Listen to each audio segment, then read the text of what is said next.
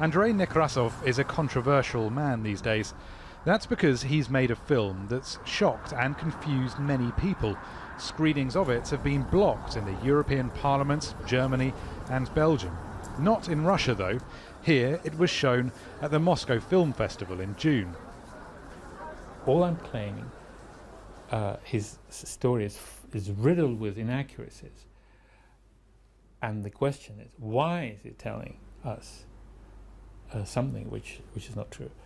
Investigated. The he is Bill Browder, a former hedge fund manager whose employee died in 2009 in pre-trial detention.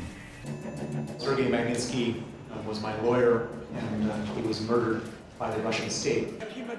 Browder, who's campaigned for justice for Sergei Magnitsky in capitals across the West, is the villain of Nekrasov's film.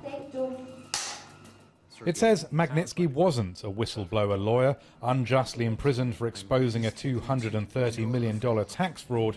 It says his death wasn't the result of a savage beating from jailers. The implication is that Browder is covering his own misdeeds with a fabricated story. Unsurprisingly, the Magnitsky campaign calls Nekrasov a liar. There's no doubt that Russian government officials stole a great deal of money, and when they got caught, killed my former partner Sergei Magnitsky to cover it up. We know there's no doubt, not just because I was actually there when it happened, but because we're following the money all over the world and we can see whose bank accounts it ends in. What makes all this have wider significance than just claim and counterclaim over one man's death is this. Bill Browder used his enormous influence to convince the US Congress to pass the Magnitsky Act in 2012, a sanctions list of various Russian officials, to the huge fury of the Kremlin.